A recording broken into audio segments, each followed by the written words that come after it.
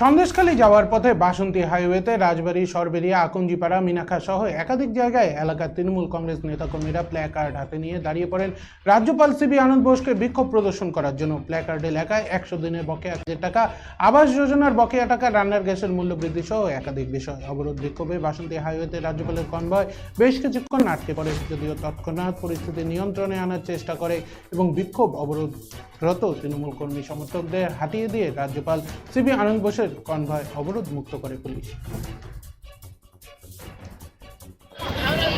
Dutta jewellers Valentine offer 2024 হিরে ও platinum অলংকারের এমআরপির ওপর 10% of. Offer চলবে 5 ফেব্রুয়ারি থেকে 17 ফেব্রুয়ারি 2024।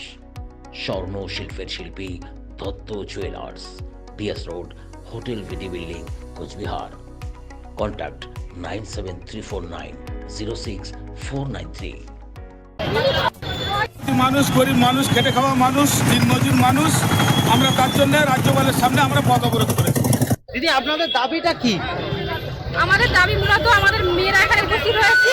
রাজ্য সরকারকে সমস্ত কিছু থেকে বঞ্চিত করছে কেন্দ্র সরকার। 100 দিনের টাকা থেকে শুরু করে আবাস যোজনার টাকা, আরো অনেক কিছু ক্ষেত্রে আমাদেরকে বঞ্চিত করছে। মেয়েরা যে বাড়িতে রান্না করছে, একটু আমরা রাস্তায় নেমেছি, আমরা 100 দিনের কাজ করেছি, টাকা পাইনি। তার কারণে আমরা রাজ্যপালের সামনে দাঁড়াবো, দাঁড়িয়ে আমরা আমাদের অধিকার আমরা চেয়ে নেবো। আমাদের সন্দেশখালী থানায় বিশাল অসুবিধা ঝামেলা হচ্ছে, এইগুলো হবে কেন? তারপরে আমাদের এই যে 100 দিনের কাজ করেছি, টাকা আমরা পাইনি, আমরা গরিব মানুষ, আমরা খেটে খাই। হ্যাঁ, চাইছি আমাদের ঘরের টাকা, আমরা ঘরের টাকা পাইনি। আমরা তার কারণে রাস্তায় এসে নামতে হয়েছে আমাদের। আমরা আজকে রাস্তায় ব্রেকার নেমেছি। 100 দিনের আমরা টাকা পাচ্ছি না, আবাস যোজনার ঘর পাচ্ছি না। এই দাবিতে আমরা আজকে রাজ্যপালের কাছে রাস্তায় নেমেছি। আমাদের